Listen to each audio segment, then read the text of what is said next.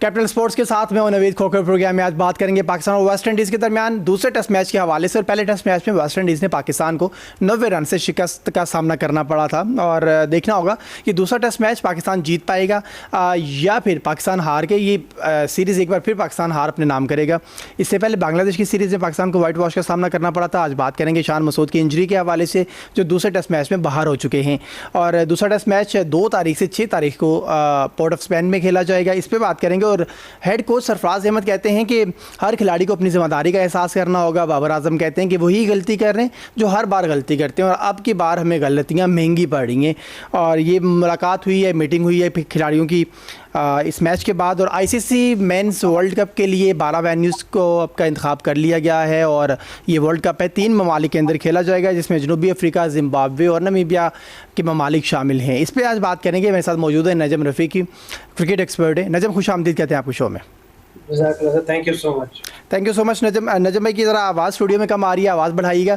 नजम भाई, सबसे पहले ज़रा बात करेंगे पाकिस्तान वर्सेस वेस्ट इंडीज़ दूसरा टेस्ट मैच। और दूसरे टेस्ट मैच में पहला टेस्ट मैच जो आप हारे 90 रन से, गो कि पाकिस्तान को हारना नहीं चाहिए था क्योंकि पहली इनिंग्स के अंदर जब आप अपनी पहली इनिंग्स खेल रहे थे उस वक्त बड़ा ज़बरदस्त मौका था आपके पास लीड हासिल करने का। आपके खिलाड़ी बहुत जल्दी आउट हुए, हम हार गए। बट दूसरे टेस्ट मैच के लिए क्या कहना चाहेंगे? 11 किस तरह की होनी चाहिए? अच्छा देखें, अगर हम पहला टेस्ट मैच भी देखें ना, जब हम मेरी आवाज आ रही है ठीक? जी। अच्छा, जब हम पहला टेस्ट मैच भी 199 for 3 हमने डे एंड किया ना, उस वक्त भी हम सब जो एज एन क्रिकेट एक्सपर्ट हम ये बात करते थे कि जी पाकिस्तान इस वक्त बहुत अच्छी पोजीशन पे, यहाँ से वो 200-250-300 रन की लीड लेके जाएगा और फिर इजीली हम अगले सेकंड इनिंग के अंदर कवर कर जाएंगे। बट अगर हम पाकिस्तान को पिछले 5 साल 10 साल से देखें तो हम सबको पता है कि टेस्ट क्रिकेट के अंदर एक सेशन ऐसा आता है जिसके अंदर हम सब कुछ जो हमने किया होता है उसके ऊपर ऐसी ही हम मट्टी डालते हैं, वो हमने डाली है और फिर क्या कमाल डाली है सर। आप मुझे बताएं, सेकंड इनिंग्स में अगर हम बैटिंग कर रहे थे जिस वक्त, अब बाबर आजम की बैटिंग पे भी बात मैं करना चाहूंगा अगर आपके पास टाइम हो सर थोड़ा सा। एक टेक्निकल साउंड एक ही बैट्समैन नजर आ रहा था सेकंड इनिंग के अंदर, जिसको पता था कि कौन सी बॉल अंदर आ रही है, कौन सी बाहर जा रही है। उसके अलावा सारे प्लेयर्स पिच के ऊपर वो पता नहीं क्या कर रहे थे, किसी को कुछ नहीं पता चल रहा था, हमारे सीनियर प्लेयर्स को कुछ पता नहीं चल रहा था, कुछ किसी को समझ नहीं आ रही थी कि बॉल अंदर जा रही है, बाहर जा रही है, इसको रोकना है, प्ले करना है, कुछ भी नहीं पता था। बट बाबर आजम, उस्मान जब बैटिंग करने आए तो उस वक्त बाबर आजम, मुझे जहां तक लगता है कि क्योंकि पूरी दुनिया के अंदर ना ये बिल्कुल कॉमन सेंस है, जब आप टेल एंडर के साथ बैटिंग कर रहे होते हैं तो आपने सिंपल है, पहली 4 से 5 बॉलें खुद खेलनी है, छठी बॉल आपने दे देनी है उनको। बाबर आजम आप बिल्कुल मुख्तलिफ कर रहे हैं, आप पहली बॉल पर सिंगल दे के दूसरी तरफ जा रहे हैं और वहां से आपको नजर आ रहा है ये अली उस्मान साहब के, ये शान मसूद इंजर्ड चला गया, उसके बाद खुरम शहजाद चले गए और फिर आपके दूसरे जो बॉलर थे वो भी चले गए, फिर एंड पे अवाज साहब आके शॉटें खेल रहे हैं। सीनियर प्लेयर हैं, कैप्टन हैं, लीडर हैं, पहले तो आप अपनी इन छोटी छोटी चीजों को, आपको पता है कि पूरी दुनिया ने फिर पकड़ के आपको इसी के ऊपर रगड़ देना है, तो आप इसको ठीक कर दें अपनी इन चीजों को। अब सर दूसरा टेस्ट मैच है, अच्छा ऐसा भी नहीं है कि वेस्ट इंडीज की टीम को बहुत बड़ी टीम है, हम उस वेस्ट इंडीज को जानते हैं जो वेस्ट इंडीज के नाम से लोग डरते थे, जिनके बॉलर 7-7 फुट के बॉलर्स हुआ करते थे, जिनकी पेस होती थी पता चलता था, वो ऐसे बॉल करवा के बिल्कुल बैट्समैन के मुंह के आगे आके खड़े हो जाते थे, वो वेस्ट इंडीज हुआ करती थी। अब जिस वेस्ट इंडीज से हम हार रहे हैं, जिस वेस्ट इंडीज की बॉलिंग हम नहीं खेल पा रहे, जो वेस्ट इंडीज हम पे चढ़ रही है, क्या ये वो टीम है? क्या अभी इस टीम को आप श्रीलंका के साथ देखें, अभी आप इस टीम को किसी और के साथ खिला लें, इंग्लैंड में, ऑस्ट्रेलिया, तो इंडिया की तो बात ही नहीं कर रहा ना, और छोटी टीम्स की बात करो, ये वेस्ट इंडीज टीम उनके सामने नहीं खड़ी होने वाली, ना ये खड़ी हो सकती है। अब दूसरा टेस्ट सर, उसकी बात आपने मुझसे की थी, मैं अभी भी कहूंगा मुझे नहीं समझ आई कि अली उस्मान बिल्कुल ही हमने नहीं उनको यूज किया दूसरे अपने पहले टेस्ट मैच के अंदर, बट स्टिल अभी भी उनका एक ही मैच है तो हम इतनी जल्दी वो हम कुछ नहीं कह सकते, क्योंकि जब हमारे फ्रंट लाइन बैटर्स कुछ नहीं कर पाए तो उनसे हमने क्या एक्सपेक्ट कर लेना था कि वो हमें बैटिंग भी करके देंगे। बट स्टिल बॉलिंग में अगर मुझे लगता है कि उबैद शाह को हम कहीं ना कहीं ले आए बैटिंग में हमें पता है शान मसूद बाहर हो चुके हैं, मैं तो शान मसूद की जगह हमारे अब्दुल्ला शफीक भी आ रहे हैं और सऊद शकील भी आ रहे हैं, उनमें से कोई एक ही खेलेंगे, मैं भी अब्दुल्ला शफीक खेल लेंगे। और wicket keeper still I think मुझे लगता है मोहम्मद रिजवान के साथ ही जाएंगी टीम, क्योंकि एक टेस्ट मैच पे फिर मैं नहीं कहता कि हम इतने एकदम से वो डिसीजंस देना स्टार्ट हो जाएंगे, सब कुछ ही हम छोड़ दें। एक चेंज शायद बनती है, वो फास्ट बॉलिंग में बनती है, अगर हम उबैद शाह को ले आए तो मेरे ख्याल से जल्दी चीज़ें बेहतर हो जाएंगी। ठीक है। अच्छा नजम, ये एक आप बात कर रहे थे कि वेस्ट इंडीज़ की टीम इतनी बड़ी नहीं है या इतना प्रॉब्लम में नहीं डाल सकती जितना हम डल रहे हैं उसके आगे। सर आपने पिछली सीरीज़ भी देखी होगी पाकिस्तान वर्सेस बांग्लादेश, सर वहाँ पर भी तो हम कभी बांग्लादेश को, नजम आपको याद भी आपको भी होगा जब आप क्रिकेट खेलते थे या हम लोग क्रिकेट खेलते थे, तो ऐसा था कि बांग्लादेश को हम कभी बॉदर ही नहीं करते थे, कभी समझते ही नहीं थे कि बांग्लादेश से हम सीरीज़ हार जाएंगे विद इन पाकिस्तान, बांग्लादेश में जाके कहीं पर भी हम हार जाएंगे। हम वहाँ से भी वाइट वॉश का सामना करके आए, और वेस्ट इंडीज़ तो फिर भी चलें थोड़ी सी उनसे, मेरा ख्याल है ये मसला टीम्स का नहीं है कि आप किसी बड़ी टीम से हारे हैं या छोटी सी टीम से, ये मसला हम पाकिस्तान टीम का है कि आप खेल नहीं पा रहे उस तरह से। दो चीज़ें, एक तो बैटिंग, दूसरी बॉलिंग। आप ज़रा किस तरह से देखेंगे वो फास्ट बॉलिंग का ट्रैक, वो फास्ट बॉलर्स, वो 145 150 के अराउंड बॉल करने वाले बॉलर्स, वो बैट्समैन को परेशान कर देने वाले बॉलर्स, वो एरा पाकिस्तान का कहाँ पर गया है कि हमारे बॉलर्स चलें इस टेस्ट में तो नहीं बट ओवरऑल भी हम बॉलिंग की वजह से अक्सर हार जाते हैं, तो हमारे बॉलर्स कहाँ पे गए, हमारे पास वो बैट्समैन कहाँ पे गए कि जो खड़े होते थे तो अंदाज़ा हो जाता था यार कि चलें कम से कम ये होगा कि ये दोनों पार्टनरशिप 100 की लगा देंगे। अब तो आपके टॉप ऑर्डर भी ऐसे ही, आपके मिडिल ऑर्डर भी ऐसे ही, आपके लोअर मिडिल ऑर्डर भी ऐसे ही, कोई किसी का कुछ पता ही नहीं होता, आते हैं 0 बनाते हैं, 3 बनाते हैं, आउट होके घर चले जाते हैं। सर देखें, ये मसला जहां तक हम एज एन क्रिकेट एक्सपर्ट ना, हम लोग क्रिकेट ही पे कह सकते हैं कि बैटिंग है बॉलिंग है, बट मैं बताऊं सर ये मसला ना बैटिंग बॉलिंग का नहीं, ये मसला माइंडसेट का है जी। अगर आपको याद हो कि हम लोग अफगानिस्तान से एक मैच 2 छक्के मार के जीते थे जी, और फिर एक मैच था जिसमें हमें इमाद वसीम ने जितवाया था, वर्ल्ड कप का मैच था वो, एक मैच था जिसमें हमें फिर मोहम्मद नसीम शाह ने आखिर में जिताया लास्ट विकेट में। तो 3 मैचेस हम अफगानिस्तान से जब जीते, सर आपको उस वक्त की अगर सेलिब्रेशन याद हो ना, मैं उस टाइम भी बैठ के बात कर रहा था कि पाकिस्तान टीम अफगानिस्तान से जीत के जिस तरीके से सेलिब्रेशन कर रही है ना, तो वो अपने आप को ये शो कर रही है कि हम कितना छोटा हो चुके हैं एज अ टीम, कितना छोटा हो चुके हैं, क्योंकि हम अफगानिस्तान को सेलिब्रेट कर रहे हैं, अफगानिस्तान से जीत सेलिब्रेट कर रहे हैं। तो सर एक तो ये माइंडसेट का मसला था, दूसरा हमें जीतने की आदत ही नहीं रही, हम जीते ही नहीं, हम कोई भी, अच्छा मसला क्यों है माइंडसेट का मसला, मैं इस वजह से कह रहा हूं सर हमें प्रेशर में खेलना नहीं आता। अब वर्ल्ड कप निकाल लें, इंडिया का मैच निकाल लें, 30 बॉल पे 30 रन रहते हैं, हमसे नहीं बने, 6 विकेट्स हमारे हाथ में थी, हम हार गए, हम हार गए और ऐसे हारे कि हमने कभी क्रिकेट खेली ही नहीं है, हम ऐसे हारे। उसकी जगह अगर शायद ऑस्ट्रेलिया होती तो मुझे लगता है कि हम शायद 30 बॉलों पे 30 रन बना लेते, क्योंकि इंडिया से हम साइकोलॉजिकली ना बहुत पहले से ही हारे हुए होते हैं, हम इतने प्रेशर में होते हैं, हमारे जो प्लेयर्स हैं इनको प्रेशर हैंडल करना बिल्कुल नहीं आता, बिल्कुल नहीं आता। प्रेशर के अंदर ये ऐसे क्रम्बल करते हैं क्योंकि जीतने की आदत नहीं रही। जब आकिब साहब ने हमें आकिब जावेद साहब ने जब एक दफा एक पॉडकास्ट में बैठ के बात कर दी कि आप स्पिन पिचेस बनाएं, अभी देखिएगा क्या हो जाएगा यहाँ पर, तो बन गई स्पिन पिचेस। मैं भी उस वक्त उस हक में था क्योंकि हम हारते जा रहे थे, लगातार हारते जा रहे थे। उससे पहले टेस्ट मैच में हमने इंग्लैंड से 800 रन खा लिए थे।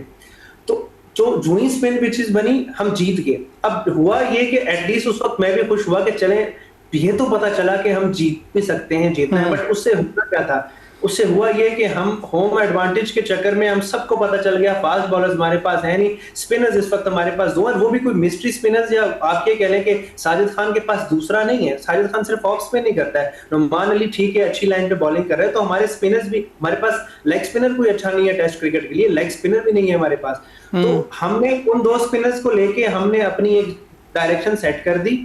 अब हुआ क्या कि दूसरी टीम तेज थी, दूसरी टीम हमसे अच्छे स्पिनर्स ले, अब हमने खेला सिर्फ प्रैक्टिस में भी साजिद को और नोमान को।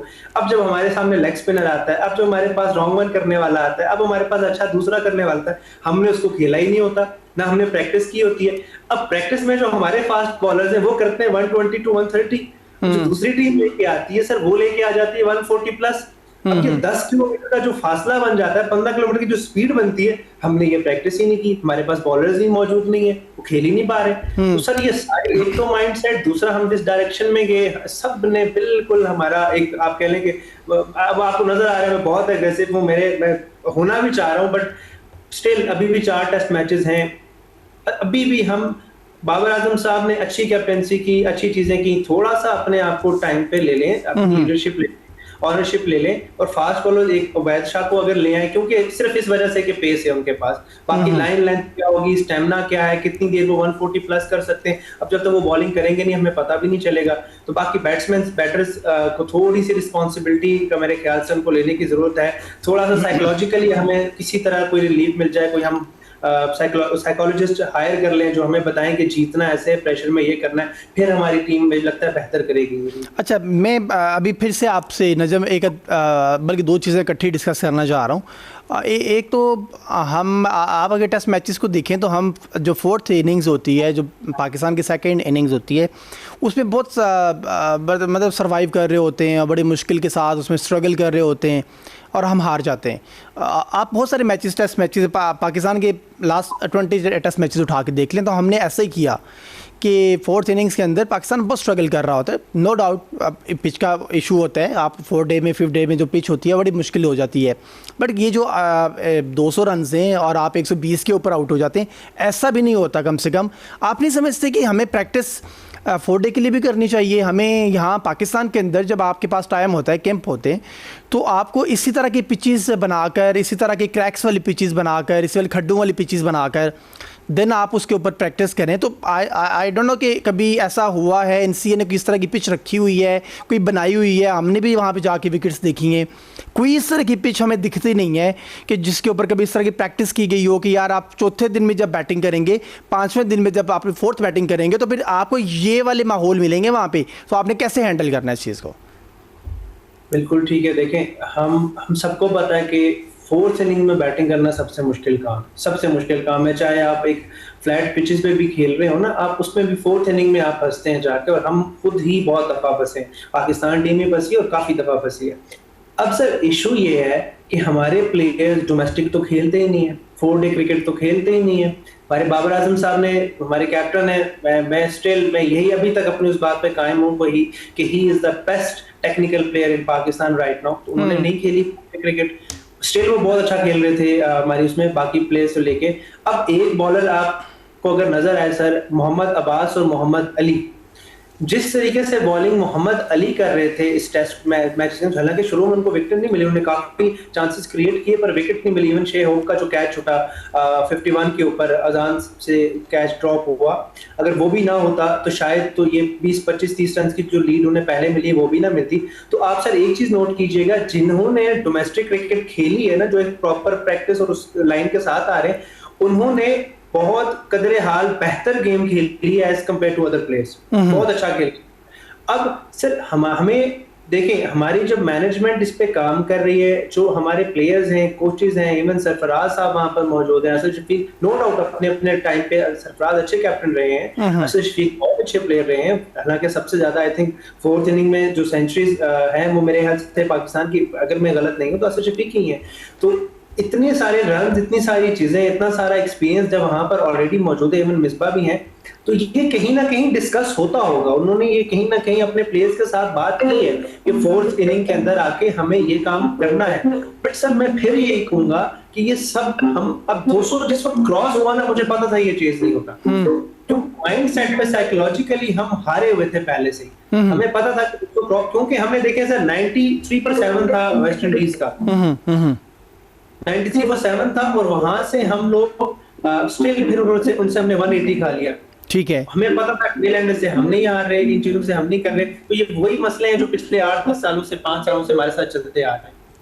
ठीक हो गया नजम। ये एक और चीज़ जो पिछले दिनों में डिस्कस हो रही थी, एक टीवी चैनल के ऊपर बैठ के हमारे शान मसूद साहब कर रहे थे और शान को बहुत सारा मौका दिया गया। एक हम अक्सर बात करते हैं, ज़्यादातर क्रिकेट एक्सपर्ट जब हम बैठते हैं तो हम बात करते हैं कि पाकिस्तान क्रिकेट बोर्ड कॉन्फिडेंस नहीं देता प्लेयर्स को, एक ही मैच खेल रहे होते हैं तो पता नहीं होता कि सेकंड वो खेलेंगे या नहीं। बट हाँ, मैं ये समझता हूँ कि शान मसूद को बहुत दिया गया, इतना चांस दिया गया शान मसूद को, शायद बहुत सारे प्लेयर्स को इतना चांस नहीं मिला जितना शान को मिला। शान कह रहे थे कि पाकिस्तान के फास्ट बॉलर्स हैं जो वो फंसते हैं जाके चौथे दिन में और पांचवें दिन में, इनका स्टैमिना ख़त्म हो जाता है। जिस लाइन लेंथ के साथ, जिस पेस के साथ ये बॉलिंग कर रहे होते हैं, शुरू कर रहे होते हैं टेस्ट मैच को, उस पेस के साथ या उस लाइन लेंथ के साथ इनकी बॉलिंग नहीं होती है चौथे दिन में या तीसरे दिन के एंड पे, चौथे पाँचवें दिन में। सर, फिटनेस के लिए आज मैं पीसीबी की एक प्रेस रिलीज़ पढ़ रहा था, उसमें उन्होंने बड़े नए तरीके इख्तियार अडॉप्ट किए और उन्होंने कुछ पूरे 2 कैटेगरीज बनाई, टीयर 1 और टीयर 2 बनाई। टीयर 1 तो फर्स्ट क्लास के लिए, टीयर 2 है जो सीनियर डिस्ट्रिक्ट के लिए और निचले लेवल के क्रिकेट के लिए। ये प्रॉब्लम कहाँ पे है? हमारे फास्ट बॉलर्स हैं जो वो क्यों फंसते हैं चौथे दिन में जाके? क्यों हमने सिर्फ 4 ओवर के बॉलर पैदा किए हैं? क्यों हमने सिर्फ 4 ओवर के बॉलर्स को ही प्रीमियम फास्ट बॉलर्स को का टैग लगा दिया है और हमने ये कह दिया कि वही हमारे हीरो हैं? जब हमने कभी नाम कहीं करवाना है, किसी जगह पे इनवाइट करना है पीसीबी ने, तो वही उन्हें प्रीमियम फास्ट बॉलर को इन्वाइट करेंगे। वो टेस्ट का भी तो कोई फास्ट बॉलर को ले जा सकते हैं, वो इनको भी तो हीरो बना सकते हैं, वो इनके ऊपर भी तो वर्किंग कर सकते हैं, इनकी इन्वेस्टमेंट भी, इनके पैसे भी तो ज़्यादा किए जा सकते हैं। ऐसा क्यों है कि हम चौथे पांचवें दिन में इतने ज़्यादा फंस जाते हैं कि हमारे जो फास्ट बॉलर हैं वो बॉल नहीं कर पाते हैं? सर देखें, ये बात ना हम यहाँ से स्टार्ट नहीं करेंगे कि 4-5 दिन में या 1 साल पहले ऐसा हुआ। जब T20 क्रिकेट इंट्रोड्यूस हुई उसके बाद चीज़ें एकदम से शिफ्ट हुई, इंटरेस्ट शिफ्ट हुआ T20 क्रिकेट के अंदर। दैन फिर ग्लोबल लीग्स आना स्टार्ट हुई, उसमें पैसे आना स्टार्ट हुए। सबको नजर आ रहा था टेस्ट क्रिकेट मर रही है, वनडे क्रिकेट मर रही है, ठीक है। ये 2 चीजें थी जो मौजूद। अब हुआ क्या कि हम पाकिस्तानी जो है ना, हम बड़े हम क्रिकेट में भी ना बड़ी शॉर्ट टर्म मेमोरी रखते हैं। हम ज्यादा पीछे की बात ना तो हमारे जहन में रहती है ना हमें याद रहती है। अब हुआ क्या कि जब ये शिफ्ट आना स्टार्ट हुआ तो सर उसके बाद जो मेन चीज हुई वो ये हुई कि सबका इंटरेस्ट चला गया T20 क्रिकेट पे। और सबसे आसान क्रिकेट T20 क्रिकेट है। आपने 4 ओवर करवाने, 2 से 3 अच्छी बॉलें पड़ गई आपकी, तो आपको पता है कि आपका अगला 5 दिन, अगले 5 मैचेस आपके इजीली आपको मिल गए, सिर्फ 2 से 3 बॉलें अच्छे। अब उसकी जगह पर वनडे क्रिकेट है तो वनडे क्रिकेट तो वो भी थोड़ी मुश्किल गई थी। 25 ओवर्स के आपका बॉल चेंज हो रहा था, 25 2 बॉल यूज हो रहे थे। बॉलिंग वैसे ही वहां पर मुश्किल थी, बैट्समैन के लिए आसान कर दी थी आईसीसी ने। अब टेस्ट क्रिकेट जो कि दुनिया वैसे ही टेस्ट क्रिकेट नहीं देखती, वो पुराने लोग हैं जो आज तक टेस्ट क्रिकेट देख रहे हैं। आपको नई आवाम, नई लौट टेस्ट क्रिकेट देखती नजर भी नहीं आने लगी।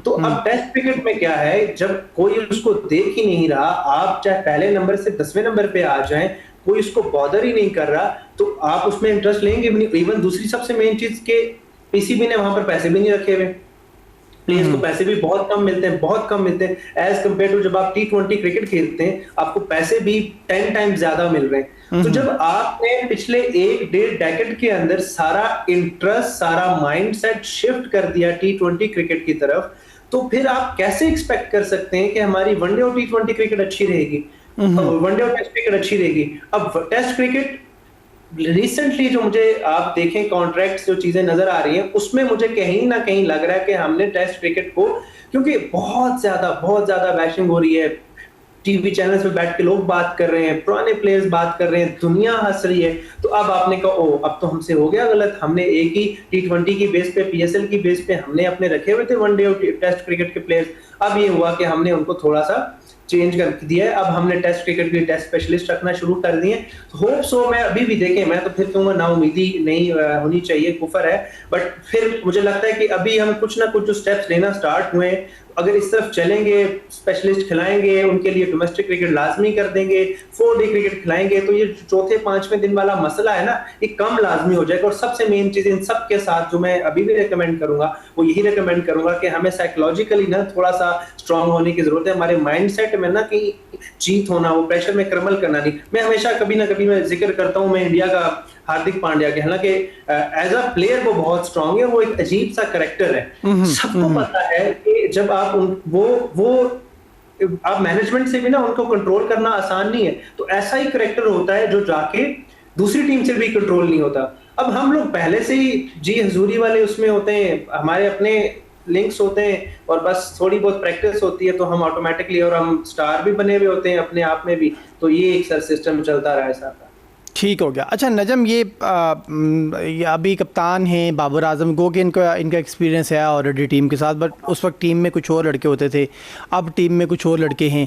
बाबर आजम को एज अ कैप्टन, और इनकी ये पहली सीरीज़ और उसमें पहले मैच में शिकस्त के बाद अब उनको दूसरे मैच के लिए या दूसरे टेस्ट इस सीरीज़ और फिर अगली सीरीज़ के लिए जो इंग्लैंड के खिलाफ होने जा रही है, किस तरह का देखते हैं ये मैच हारना और स्पेशली दूसरे मैच में जाना आपका मोमेंटम कितना लूज़ करेगा? देखिए, बाबर आजम की इस पूरी कैप्टेंसी में ना मुझे अच्छी लगी। पहले से अप्रोच भी अच्छी थी, सारी चीज़ें वो अच्छी थी, but as a leader Babar Azam मुझे, फिर मैं वही जिक्र मैं शुरू में कर चुका था कि बाबर आजम ने जो टेल एंडर्स के साथ जिस तरीके से बैटिंग की है ना, वो एक हारे हुए बंदे की बैटिंग नजर आ रही थी। वो बस अपनी पहले से एक्सेप्ट कर चुका होता है कि भाई मैं वैसे भी 200 चेज नहीं हो रहा, तो ठीक है चलें जाने देते हैं आप इस चीज को। तो वो चीज जो है ना, वो कहीं ना कहीं आपको एक ओवरऑल ना एक जो कॉन्फिडेंस चाहिए होता है वो नहीं देगा। अब आप उस टाइम शायद मुझे नहीं पता कि उनको नहीं समझ आई या समझ आई है, या उनको इवन क्या कहते हैं बाहर से भी किसी ने ये मैसेज भेजा या नहीं भेजा, बट आई थिंक अब उनको ये बात समझ आई होगी कि यार उन्होंने टेल एंडर्स के साथ बैटिंग गलत तरीके से की है। हमने उनको अब अगर ये चीज समझ आ गई है और अगले मैच के अंदर फिर ऐसी कोई सिचुएशन आती है, वो अपनी इवन अप्रोच चेंज करते हैं एज अ लीडर ना, तो फिर आपको कॉन्फिडेंस आता है। क्यों? क्योंकि फिर दुनिया आपकी पॉजिटिव बातों के ऊपर बात कर रही होती है। जैसे आपको सर एक मैच याद हो, 24 रन आई थिंक रिक्वायर्ड थे, धोनी बैटिंग कर रहा था और आईपीएल ही का मैच था, तो अब दूसरी तरफ भी एक बैट्समैन खड़ा था, तो धोनी से पहले बॉल मिस हुई, तो धोनी, हालांकि मैं धोनी और बाबर आजम का कोई कंपैरिजन नहीं है, धोनी अलग तरह के प्लेयर हैं, बाबर आजम अलग तरह के प्लेयर हैं, बट एक ऑनरशिप लेने की बात कर रहा हूं मैं। ऑनरशिप में धोनी ने पहली बॉल मिस होने के बाद भी अक्षर पटेल को 4 छक्के मारे, मैच कंप्लीट किया। वो ना भी वहां पर मारता 4 छक्के, वो 2 छक्के ही मारते धोनी। एक चीज वहां पर लाजमी होती, सबको ये चीज नजर आती कि ऑनरशिप ले रहे हैं एज अ कैप्टन, क्योंकि दूसरी तरफ वाला प्लेयर धोनी से बड़ा नहीं था इन टर्म्स ऑफ हिटिंग। तो सेम ऐसे ही था इन टर्म ऑफ प्लेयर, आपके सामने वाला प्लेयर अच्छा नहीं है तो आपको टेल एंडर है, आपको ऑनरशिप लेनी चाहिए थी। तो अगर ले लेते तो उनका मोराल ज्यादा अच्छा होता, कॉन्फिडेंस ज्यादा बड़ा होता, क्योंकि स्कोर वो कर चुके थे, अच्छी इनिंग की है। 4th इनिंग में बहुत प्यारी बैटिंग की है बाबर आजम ने, बहुत खूबसूरत शॉट्स खेली हैं, इन स्विंग आउट जिस तरीके से उन्होंने खेली है बहुत अच्छे तरीके से खेली है। वो कॉन्फिडेंस प्राप्त होता तो अगले 4 मैचेस मुझे लगता है उनके लिए बहुत बहुत बड़ा बूस्टर था। स्टिल अभी भी पहला मैच है, 2 3 4 मैचेस अभी और हैं। इंशाल्लाह मुझे लगता है कि अगर थोड़ा सा भी ये चीजें बेहतर कर लें तो चीजें ठीक है। लास्ट क्वेश्चन सर, कैसे देख रहे हैं पाकिस्तान का ये दूसरा टेस्ट मैच? आप पाकिस्तान को जीतता हुआ, स्ट्रगल करता हुआ देख रहे हैं? मैं लास्ट शो में भी कहा था कि ख्वाहिश तो यही है दोनों पाकिस्तान जीते। जिस तरीके से हमने बैटिंग की है ना, जिस तरीके से बैटिंग की है, बॉलिंग फिर कदरे हाल बेहतर थी, बैटिंग ने फिर एकदम मायूस किया है, बट स्टिल अगर देखिए मुझे लगता है एक सीनियर प्लेयर सलमान अली आगा या मोहम्मद रिजवान, इन दोनों में से कोई एक भी खड़ा होता तो हम कहीं ना कहीं करीब जाते। तो ये अगर यही 3 हमारे जो बैटर्स रहेंगे, इनके इर्द गिर्द ही हमारी बैटिंग घूमनी है, रहनी है, बाबर आजम, सलमान अली आगा, मोहम्मद रिजवान, ठीक है। तो देखते हैं अगर वो चीजें बेहतर करेंगे तो इंशाल्लाह फिर तो उम्मीद है कि हम जीत सकते हैं। ठीक हो गया। Thank you so much ji, thank you. Najam Rafiqi हमारे साथ मौजूद थे, क्रिकेट एक्सपर्ट थे, बात कर रहे थे पाकिस्तान वर्सेस वेस्ट इंडीज़। दूसरा टेस्ट मैच, और दूसरा टेस्ट मैच है 2 से 6 तारीख तक खेला जाएगा पोर्ट ऑफ स्पेन पे, और पाकिस्तान को पहले टेस्ट मैच में 90 रन से शिकस्त का सामना करना पड़ा था। और आज फिल वक्त बढ़ेंगे ब्रेक की तरफ, और ब्रेक से वापस आएंगे तो बात करेंगे। यूएफा ने धमकी दी है फीफा को कि अगर उन्होंने उस मॉडल के ऊपर उन्होंने रास्ता ख़त्म बंद ना किया तो फिर उनके 55 ममालिक हैं जो फीफा के तमाम इवेंट खेलने से इनकार कर देंगे, और उनकी ये धमकी कितनी काम करेगी इस पे बात करेंगे। और पाकिस्तान में क्लब रजिस्ट्रेशन का जो मामला है उस पे बात करेंगे। हमारे साथ यहाँ कांग्रेस मेंबर मौजूद होंगे, रेहान अहमद शेख, उनसे बात करेंगे, हमारे साथ रहेगा।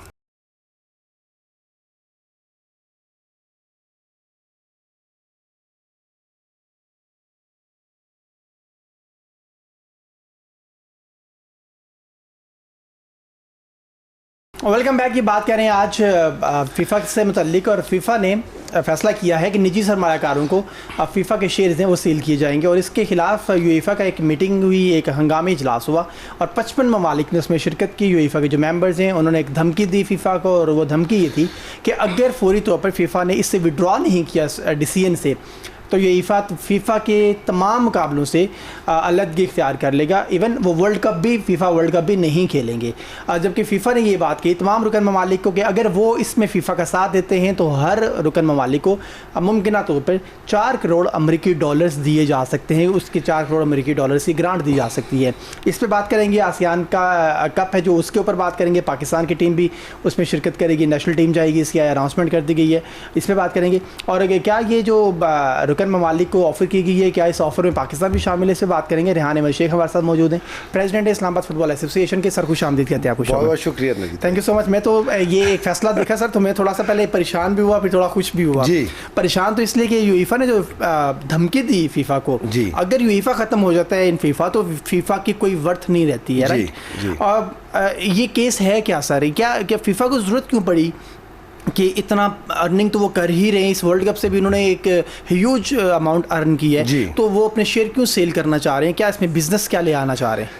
हाँ, ये इसमें ये होता है जैसे आप पाकिस्तान में होते हैं तो अगर आपके पास बिजनेस पार्टनर्स हों और वो प्राइवेट इदारे हों और वो ब्रांडिंग और तमाम चीज़ें, वो उनको कोई चीज़ दे दी जाए, उसका कोई पार्ट दे दिया जाए। शेयर्स 100% तो नहीं सेल होते, उसका कुछ हिस्सा सेल होता है।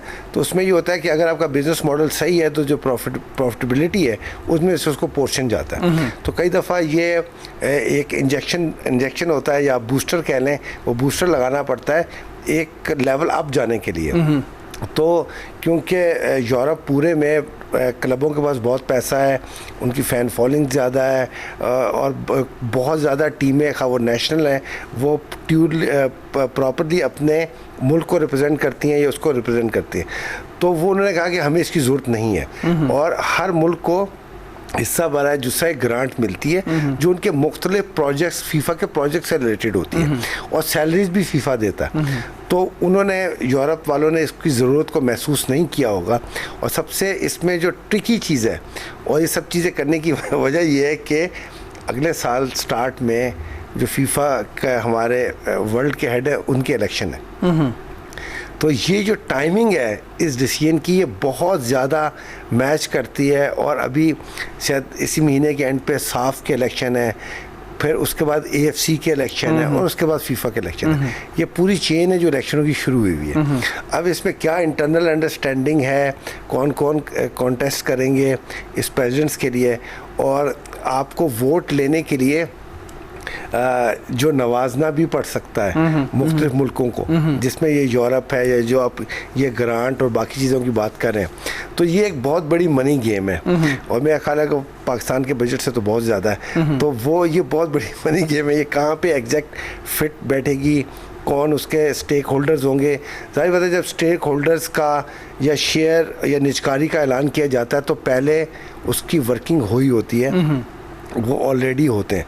तो हो सकता है कंपनियां कहती हों या कुछ इन्वेस्टर कहते हो कि हमें डायरेक्ट जब हम मर्चेंडाइज पे जाते हैं या बाकी चीज़ों पे जाते हैं तो हमें कॉस्टली पड़ता है, हम इस राउट से जाएं तो हमें फ़ायदा भी ज़्यादा होगा और हम इन्वेस्टर बन जाएंगे, हमें सिर्फ विजिबिलिटी मिलती है, बाकी चीज़ें मिलती हैं। तो मेरा ख्याल है कि इसमें काफ़ी चीज़ें इसी तरह की होंगी कि जो ये यूईफा की धमकी है जो जी, ये आपको कितनी असरअंदाज होती हुई दिखाई दे रही है? आप समझते हैं कि फीफा यूईफा की मर्ज़ी के बगैर इस तरह का इतना बोल्ड डिसीजन ले सकेगा? नंबर 1।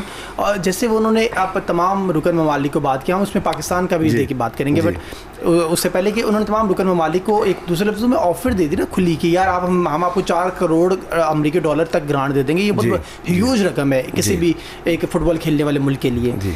तो इससे ये आई थिंक आधी दुनिया तो उनके साथ वैसे ही चली जाएगी। ये ज़रूरी नहीं है क्योंकि 4 करोड़ डॉलर जो है वो यूरोपियन कंट्रीज़ के लिए मायने नहीं रखता। ठीक है, तो उनके एक प्लेयर इससे ज़्यादा मैं यूईफा की बात नहीं कर रहा, मैं रेस्ट ऑफ कंट्रीज की बात कर रहा हूं। उनके लिए हो सकता है क्योंकि ये इलेक्शन है, इसमें जोड़ तोड़ पहले से स्टार्ट हुए हुए हैं, इस साल से स्टार्ट हुए हैं मुल्कों के दरमियान, वो आपको ऊपर जाहिर नहीं होते। और मुझे ये लगता है क्योंकि जो बदमज़गी फीफा के वर्ल्ड कप के दौरान हुई और उससे भी कई मुल्क खाइफ हैं, तो सिर्फ ये चीज़ उसको ट्रिगर नहीं करेगी, उसको मल्टीप्लाई कर देगी। और ये जो इलेक्शन आने वाला है ये बहुत टफ हो जाएगा, इसको मैनेज करना इन्फेंटिनो के लिए। ऐसा नहीं लगता कि इन्फेंटिनो के लिए 55 वोट तो चलेंगे? नहीं, ये 55 से 55 नहीं होते, ये 55 जो सामने होते हैं उसकी बैक एंड पे हर मुल्क के प्रेसिडेंट का हर मुल्क से बहुत हर मुल्क के और स्पेशली यूरोपियन ममालिक के जो प्रेसिडेंट हैं उनके पास तो एशियन और दीगर अफ्रीकन ममालिक के प्रेसिडेंट बहुत सारे उनके हाथ में होंगे। हाँ, हाथ में नहीं होते क्योंकि फ्रेंड होते हैं। दूसरा, वो होम अवेज आपस में खेलते रहते हैं, इनके कई प्रोजेक्ट्स में आपस में अंडरस्टैंडिंग होती हैं और कई मुल्क एक दूसरे को सपोर्ट करते हैं इवेंट्स के हवाले से। जैसे इंटरनेशनल विंडो ओपन होती है, आपस में मैचेस फ्रेंडली खेलने के हवाले से, मार्केटिंग के हवाले से, तो ये आपस में मुल्कों में चल रहा होता है। जैसे पाकिस्तान फ्रेंडलीज खेलने जाता है, वो लोग आते हैं, हो सकता है पे वो करते हो, PFF पे नहीं करता। तो ये तो हमारे प्रेसिडेंट की अंडरस्टैंडिंग है और उसकी गुडविल है इंटरनेशनल मार्केट में, जिसकी वजह से उसको बाकी ममालिक सपोर्ट करते हैं। और फीफा में हमारी बड़ी अच्छी जो हमारा लीडरशिप है उसकी गुडविल बहुत अच्छी है। तो मेरा ख्याल है कि इसमें थोड़ा सा टाइम हमें देना चाहिए कि एग्जैक्ट चीज़ें सामने आ जाएंगी 1 महीने के अंदर कि वो कौन लोग हैं, वो कैसे चाहते हैं और उनको उससे ज़ाती नुकसान क्या है। क्योंकि जितनी भी हमारी इलेक्टेड पोजीशनें होती हैं, इलेक्टेड किसी भी मुल्क की, उसकी कोई सैलरी नहीं होती। और जितने भी लोग सिलेक्टेड होते हैं, जो ओहदेदार होते हैं, जैसे HR हो गया, ये हो गया, ये सैलरीड होती हैं, ये फीफा ही देती है। इसी तरह मुख्तलिफ प्रोजेक्ट का सपोर्ट होता है। हो सकता है कि फीफा को ये लगता हो कि थर्ड वर्ल्ड में हमारे प्रोजेक्ट्स बहुत कम हैं। जैसे फर्स्ट करें कि वो कहेंगे पाकिस्तान में स्टेडियम्स बनाने हैं 3 बहुत बड़े, अब उसके लिए एक बहुत ह्यूज इन्वेस्टमेंट चाहिए और अप्रूवल चाहिए गवर्नमेंट, ये सब मुख्तलिफ मुल्कों के मुख्तलिफ है। तो शायद उस इंजेक्शन की ज़रूरत को महसूस करते हुए उन्होंने ये बात की हो। और ये जितना भी ये होता है, ये ऐसे नहीं होता कि वो 4 करोड़ दे देंगे। एक प्रोजेक्ट्स होते हैं, प्रोजेक्ट के पूरी फिजिबिलिटी बनती है, उसके फाइनेंशियल अप्रूव होते हैं, तब आपको जाके ये मिलता है। तो ये कहीं ऐसा तो नहीं है रेहान कि जिस तरह अभी रिसेंटली हमने फीफा वर्ल्ड कप में देखा कि प्रेसिडेंट इन्फेंटिनो हैं जो उन्होंने रेड कार्ड रिमूव कर दिया एक प्रेसिडेंट ट्रंप की कॉल के ऊपर। ये क्योंकि बिजनेस जब भी शुरू होता है तो जब साथ में प्रेसिडेंट के साथ आप ट्रंप लगा देते हैं तो ऐसा लगता है कि शायद आइडियाज़ वहाँ से ही जनरेट होकर आया हो। तो कि ऐसा भी है कि अमेरिकी प्रेसिडेंट हैं जो वो इन्फ्लुएंस रखते हैं फीफा के ऊपर और वो उनकी तरफ से आइडियाज़ आए हों। देखें, आप किसी भी मुल्क का हेड देख लें तो जो वो बिजनेस, अगर वो आप बिजनेसमैन लाएंगे तो उसकी तमाम सोच बिजनेस से रिलेटेड होगी। हाँ, वो अपना है या मुल्क का बिजनेस है, वो हर चीज़ को एक बिजनेस पे ही सोचेगा। और जाहिर बात है अच्छे लोग होंगे तो मुल्क के बिजनेस का सोचेंगे, नहीं होंगे तो वो अपना ज़ाती बिजनेस के बारे में भी सोचेंगे। तो ये मिक्स मैच है। और कुछ लोगों में आप देखें, यूरोप के कई लोग हैं वो जो वज़ीर आज़म है या बाकी ओहदेदार हैं, वो अमीर लोग नहीं हैं, बिल्कुल नॉर्मल है, उनको इससे कोई फ़र्क नहीं पड़ता, वो एथिकली लॉजिकली चीज़ें चलाते हैं। तो ये वेरी करता है। कुछ मुल्कों में बादशाह आते हैं, वो इसको कैसे लेते हैं वो बिल्कुल। तो कोई भी मुल्क मेरे हिसाब से डिसीजन लेने से पहले इतने बड़े का वो अपने मुल्क के सरबराह को ज़रूर लूप में लेगा, क्योंकि कुछ डिसीजंस अकेले नहीं लिए जा सकते, क्योंकि उसमें हमें अपने स्टेक होल्डर्स का ख्याल रखना पड़ता है, हमें अपने फैंस का ख्याल रखना पड़ता है, काफ़ी चीज़ें होती हैं। अगर इन चीज़ों से हमारे प्रेसिडेंट मोहसिन गिलानी को लगा कि पाकिस्तान को ज़्यादा बेनिफिट है और हम ज़्यादा अच्छा फुटबॉल को सपोर्ट कर सकते हैं और गवर्नमेंट को भी लगा, तो ज़रूर इस तरफ जाएंगे। मैं यही सवाल करने वाला था अगला आपसे कि आप PFF इस डिसीजन पे कहाँ खड़ा है? PFF ने अभी कोई डिसीजन उस तरह लिया नहीं है। ऑफिशियली क्या कहा गया है, रिक्वेस्ट की गई है पाकिस्तान से इसको सपोर्ट करने के लिए? देखें, ये एक उन्होंने ओपन पत्ता दिया, ये लोगों से मशवरा करके नहीं दिया, वरना वो कुछ को देते कुछ को ना देते। या अगर 211 ममालिक हैं और मुझे 120 वोट चाहिए तो मैं 120 को ऑफ़र करूंगा ना, तो इससे डबल पैसा ऑफ़र कर दूंगा, 211 को नहीं करूंगा। तो ये बहुत और तरह की चीज़ है कि उन ममालिक को इंडिविजुअली तौर पे क्या फ़ायदा होगा, कौन से प्रोजेक्ट्स में ये होगा, और हर एक को एक प्रोजेक्ट के लिए भी नहीं होगा। ये भी ऐसा नहीं है, हो सकता है कुछ ममालिक को इवेंट दे दिए जाएँ बड़े, कुछ को क्या दे दिया जाए।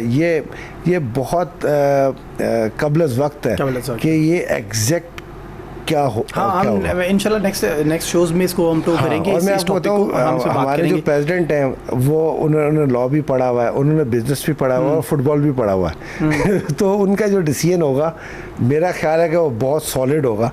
तो वो भी देख रहे हैं आजकल नेपाल और मालदीव है, क्योंकि साफ की कांग्रेस मीटिंग थी तो वहाँ गए हुए हैं, तो मेरी उनसे इस टॉपिक पे कोई बात नहीं हुई डिटेल्ड, तो मैं उनके बिहाफ पे कोई राय देना नहीं चाहता, लेकिन मुझे ये बहुत ज़्यादा मतलब मैं इस पर श्योर हूँ कि जो भी वो डिसीजन लेंगे स्टेक होल्डर्स की मदद से वो मुल्क के और फुटबॉल के फ़ायदे में होगा। सर लास्ट क्वेश्चन इस टॉपिक के ऊपर मैं बात करूंगा। इसके इम्पैक्ट्स हैं जो पॉजिटिव तो बिजनेस पॉइंट ऑफ व्यू से तो ठीक है, बट नेगेटिव इम्पैक्ट भी बहुत सारे होंगे जी। खेल की रूह मुतासिर हो सकती है इससे, राइट? जी हो सकती है। तो हर चीज़ होती है कि आप उसको कैसे परसीव करते हैं, ये बहुत मैटर है। और हो सकता है कि क्योंकि हर मुल्क में एक तरीके से फुटबॉल नहीं चलाया जा रहा, उनके अंदर स्टेक होल्डर्स भी फ़र्क है। तो ये डिपेंड करता है कि जो यूरोपियन ममालिक 15 हैं जिन्होंने ये कहा है, उनके स्टेक होल्डर्स कौन है।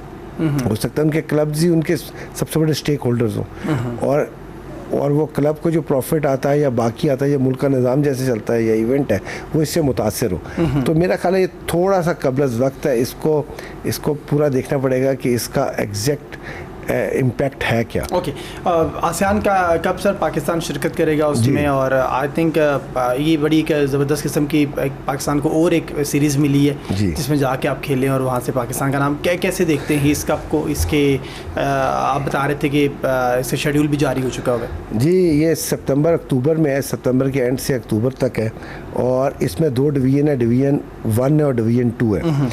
और इसमें पाकिस्तान हिस्ट्री में अपनी पहली दफ़ा शिरकत कर रहा है। वो मोहसिन गिलानी साहब की काविशों से, जो हमारी टॉप मैनेजमेंट है उनकी काविशों से शिरकत कर रहा है।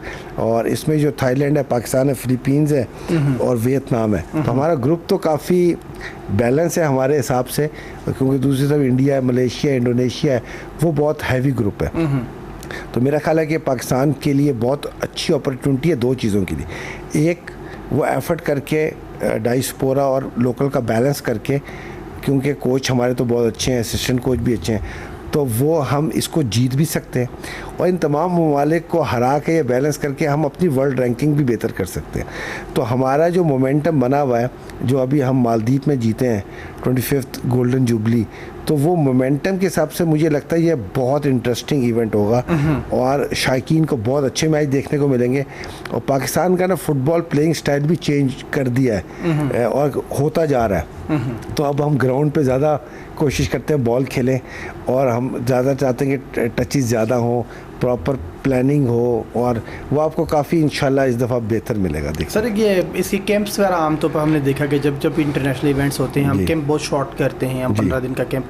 आपने समझते हैं कि इंटरनेशनल इवेंट से पहले या कम से कम आपको 1 महीने का कैंप होना चाहिए जी। और सिर्फ इतना ही नहीं, बल्कि जब हम डायस्पोरास को लेते हैं और फिर वो महज 4 दिन 5 दिन पहले आते हैं, आके प्रैक्टिस अपनी की, और प्रैक्टिस में तो वो होंगे, ये जवाब भी हो सकता है इसी का, बट शायद वो कम्बिनेशन नहीं बन पाता है प्लेयर्स टू प्लेयर जब आप मैच के अंदर खेल रहे होते हैं। इसमें से जो बेशक डायस्पोरा है या बाहर के प्लेयर्स और पाकिस्तान के, इनमें से अक्सर जो लोग हैं वो पाकिस्तान अंडर 16 से साथ ही चल रहे हैं। अच्छा, हाँ, यानी कि ऐसे नहीं है कि वो साथ नहीं, वो तकरीबन साथ चल रहे हैं। ख़ासतौर पे जो हमारी डिफेंस लाइन है या बाकी तकरीबन ये साथ चल रहे हैं और ये इकट्ठे कई इवेंट खेल चुके हैं। और दूसरा, जब भी आप डायस्पोरा बुलाते हैं, ज़ाहिर बात है उनके भी कॉन्ट्रैक्ट हैं मुख्तलिफ क्लबों से, उनके भी इवेंट कैलेंडर होते हैं। तो ज़ाहिर बात है उसमें प्रोविज़न रखी जाती है कि अगर आप अपने मुल्क से खेलना चाहें तो हम आपको इतना गैप दे सकते हैं।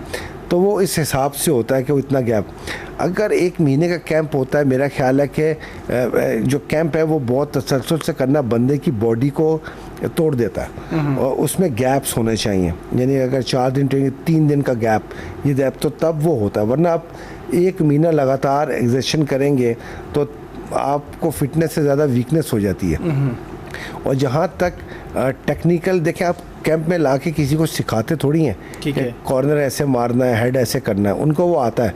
सिर्फ आपने जो टीम कम्बिनेशन है उसकी ड्रिल्स कराते हैं, और जो कोच के दिमाग में है वो चाहता है कि वो उसको अडेप्ट करें और वो ग्राउंड में लैंड हो जो वो प्लान कर रहा है। और मेरा ख्याल है हमारी टीम इसमें बहुत बेहतर होती जा रही है। सर, तो क्या पाकिस्तान के कोच हैं जो पाकिस्तान में ही कैंप के लिए आएंगे, कितना टाइम के लिए कैंप होगा, वो कोई इसमें पाकिस्तान की कोच है, वो पाकिस्तान में ही है। PFF ने कोई इसके ऊपर कोई PFF जो हमारे नॉर्बर्टो सोलानो वो पाकिस्तान में ही है। हाँ, जो असिस्टेंट है अर्जेंटीना का वो पाकिस्तान में है। ठीक है। तो हमारी टीमें यहीं पे ही हैं, हमारी तमाम चीज़ें यहीं पे ही हैं।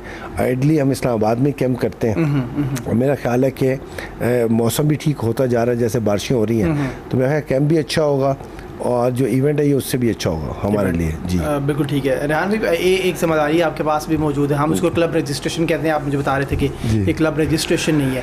पाकिस्तान फुटबॉल के अंदर हमने बहुत सारे लोगों के मुंह से ये बात सुनी है कि हमारे क्लब रजिस्टर्ड हो रहे हैं, नए रजिस्टर्ड किए जा रहे हैं, वो राइट ऑफ वोट नहीं दिया जा रहा, कोई कह रहे हैं कि हमें मिल गया है, कोई क्या एग्जैक्ट फिगर। मैंने आपको जो बुलाने का मकसद था वो यही था कि एग्जैक्टली हो क्या रहा है, ताकि लोगों को उन चीज़ों का कुछ जवाब मिल सके कि असल में पाकिस्तान फुटबॉल फेडरेशन पे कर क्या रही है। जो हमारे NC मेंबर्स थे, जब NC मेंबर्स के पास फुटबॉल था तो उन्होंने एक अच्छा इनिशिएटिव लिया कि उन्होंने एक सॉफ्टवेयर लॉन्च किया, पाकिस्तान फुटबॉल कनेक्ट। उसकी टीम एक हायर की।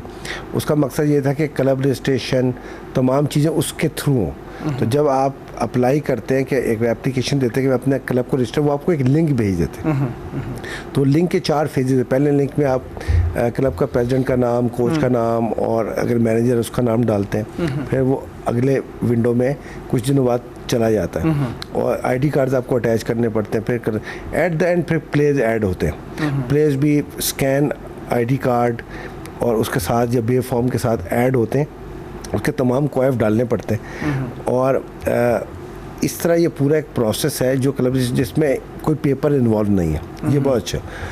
तो उसमें ये हुआ कि जब NC के दौर में ये हुआ कि जब उन्होंने क्लब रजिस्ट्रेशन शुरू की और कुछ अरसे बाद स्क्रूटनी आ गई क्लबों की, तो उन्होंने कहा कि ठीक है। उन्होंने एक फेसबुक पे पोस्ट डाली कि आप 20 प्लेयर और 3 ऑफिशियल लें, जो पाकिस्तान के कॉन्स्टिट्यूशन के मुताबिक मिनिमम एक क्लब की रिक्वायरमेंट है। तो हम स्क्रूटनी करेंगे और आपको एक मैच खिलवाएंगे। अगर आपने वो क्लियर किया तो तब आपको क्लब को राइट ऑफ वोट मिल सकता है। उसकी कुछ और शर्त भी है, टाइम पे टीम आए, प्रॉपर वार्म अप हो, किटें एक जैसी हों, जुराबें एक जैसी हों और वो डिसिप्लिन हो, उनको फुटबॉल आता हो। सिर्फ वो बंदे पूरे नहीं करने, फुटबॉल आता हो और वो इस काबिल हो कि वो डिस्ट्रिक्ट में लीग खेल सके। और अगर किसी के कोई डॉक्यूमेंट पूरे नहीं है या बाकी ऐसी चीज़ नहीं, उनको राइट ऑफ वोट नहीं मिला। और राइट ऑफ वोट कोई परमानेंट चीज़ नहीं है, ये इफ्स एंड बट्स इसके साथ अटैच है और वो है। तो उसमें ये हुआ कि उस पहली स्क्रूटनी के बाद डिस्ट्रिक्ट इलेक्शन हुए, उसके बाद प्रोविंशियल इलेक्शन हुए, प्रेसिडेंट के इलेक्शन हुए, तो लोगों ने वो काम वहीं छोड़ दिया कि शायद हम बन चुके हैं। उसके बाद बेशुमार दफ़ा हमने Pakistan football connective window open की, प्लेयर रजिस्ट्रेशन की, लोगों ने नहीं करवाई। इसके बाद ऑफिशियल रजिस्ट्रेशन की प्लेयर ट्रांसफ़र की। तो आखिरी विंडो जो बंद हुई है वो मई में बंद हुई और जून में हमारी फेडरेशन ने मोहसिन गिलानी की सदारत में ये ऐलान किया कि हम डिस्ट्रिक्ट चैम्पियनशिप को सपोर्ट करेंगे। डिस्ट्रिक्ट चैम्पियनशिप कराना डिस्ट्रिक्ट की जिम्मेदारी है, PFF की नहीं है। तो हम कुछ मद में, जैसे रेफरीज की मद में जो उनको डेली पेमेंट होती है, वो पाकिस्तान फुटबॉल फेडरेशन सपोर्ट करेगा फाइनेंशियल, उनको डायरेक्ट दे देंगे। इसी तरह अगर कुछ फुटबॉल है वो दे देंगे, ट्रॉफीज़ दे देंगे, वो हम सपोर्ट करेंगे, लेकिन वो करवाना आपका काम है। तो जब उसकी लिस्टें जारी हुई तो तकरीबन हमें पता चला कि 7,400 क्लब है पाकिस्तान में और 4,009 ऐसे क्लब हैं जिसमें एक प्लेयर भी नहीं है। अच्छा। वो जहाँ पे क्लब का नाम रजिस्टर्ड हुआ उसके बाद से उन्होंने छोड़ दिया कि हम रजिस्टर्ड हो गए और उसके बाद उन्होंने तरद्दुद भी नहीं किया कि भाईजान ये हम इसमें कोई प्लेयर भी डाल दें। इतनी दफ़ा विंडो ओपन हुई, हमारी दफ़ा पाकिस्तान फुटबॉल कनेक्ट पे पोस्टें डालते रहे, अभी भी डली हुई है कि आप बंदे डाल दें।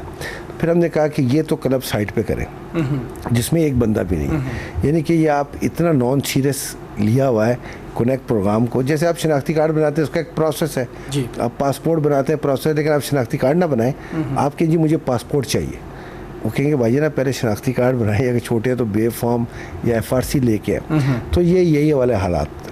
तो फिर हमने कहा कि जिसमें 1 या 2 प्लेयर डले हुए से लेकर 15 प्लेयर, उनके लिए हमने फॉर्म इशू कर दिए, लिस्टें प्रोविंशियल प्रेसिडेंट्स को भेज दी कि ये वो क्लब है जिसमें 15 या उससे कम प्लेयर हैं और ये फॉर्म है। ऐसा करें, उनको ये मसला है कि वो ऑनलाइन नहीं भर सकते, वो बड़ा आसान है। तो क्योंकि ऑनलाइन हमने विंडो नहीं खोली, तो वो सिर्फ बंदे वो डालें, वो प्लेयर डालें जो किसी और क्लब में रजिस्टर्ड ना हो, ताकि वो डिस्ट्रिक्ट चैम्पियनशिप खेलने के अहल हो जाए, ताकि क्लब तो कह सकें कि भाई ये क्लब है जी। तो वो एक हमने विंडो ओपन किया उन लोगों के लिए जिनके पास एक से ज़्यादा प्लेयर हैं और 15 से कम प्लेयर हैं। इनके लिए विंडो ओपन है, कि मतलब फॉर्म ओपन है, वो फॉर्म दे दिए और वो फॉर्म मैनुअली भरेंगे, तस्वीर लगाएंगे, आईडी कार्ड की कॉपी लगाएंगे। जिस सिस्टम के तहत पहले भी हो रहा था। हाँ, और हम नहीं, इस सिस्टम पे नहीं होता। अब ये manual form club president sign करेगा, डिस्ट्रिक्ट प्रेसिडेंट, प्रोविंशियल प्रेसिडेंट हमारे पास आ जाएगा, हमारी टीम बैठाई हुई है, वो स्कैन करेंगे, तस्वीर अलग, और वो फीफा कनेक्ट में ही डालेंगे, वो उधर डाल, तो उनके पास विजिबिलिटी आ जाएगी कि ये है, तो वो लोग समझे कि ये कोई क्लब। तो फीफा का जो रूल है, साल में एक दफ़ा न्यू क्लब रजिस्ट्रेशन ओपन होती है, हमारी इंशाल्लाह 1 दिसंबर से होगी, और फिर प्लेयर ट्रांसफ़र और न्यू प्लेयर रजिस्ट्रेशन की 1 महीने की विंडो दी जाती है, तो उसके बाद लिस्टें वो फाइनल हो जाती हैं। इस तरह हमने तमाम जो प्लेयर्स रजिस्टर हैं पाकिस्तान में, उनके प्लेयर्स कार्ड बनवाए, वो सॉफ्ट फॉर्म में हमने तमाम प्रोविंशियल प्रेसिडेंट्स और रीजनल प्रेसिडेंट्स को भेज दिए कि अपने अपने क्लबों को, तमाम डिस्ट्रिक्ट्स को वो भेज दें, ताकि उन प्लेयरों को पता चल जाए उनकी फीफा आईडी क्या है, तस्वीर लगी हो, अगर टूर्नामेंट में खेलने आते हैं वो पैन क्या है, ताकि पता चले कि ये है। लिस्टें तो हमारे पास होती हैं, तो लोग समझिए कि कोई क्लब रजिस्ट्रेशन का प्रोसेस, कोई क्लब नया रजिस्टर्ड नहीं हो सकता, तो हम एक छांटी करें कि इसमें से जो बोगस अगर है तो वो ख़त्म हो जाए, ठीक है, कोई क्लब छोड़ चुके हैं वो भी ख़त्म हो जाए, जो क्लब ने बाद में रजिस्ट्रेशन कराई और उनका नाम आया हुआ है तो वो भी इसमें आए और स्क्रूटनी के मरहले से गुजरे स्टार्ट में, या जो लोग पिछले स्क्रूटनी में रिजेक्ट हो गए थे वो भी स्क्रूटनी के मरहले से दोबारा गुजर जाएँ और जो डिस्ट्रिक्ट चैम्पियनशिप है उसके लिए अहल हो जाएँ खेल। ठीक हो गया, thank you so much, thank you. हमारे साथ मौजूद थे रेहान अहमद शेख और बात कर रहे थे आज यूएफा ने धमकी दी है फीफा को जी कि अगर फीफा ने अपना बिजनेस मॉडल वापस नहीं लिया तो वो 55 ममालिक हैं वो फीफा के तमाम इवेंट्स का बाइकाट कर देंगे। आज के शो से अपने होस्ट नवीद खोखर को इजाज़त दें, अल्लाह हाफ़िज़।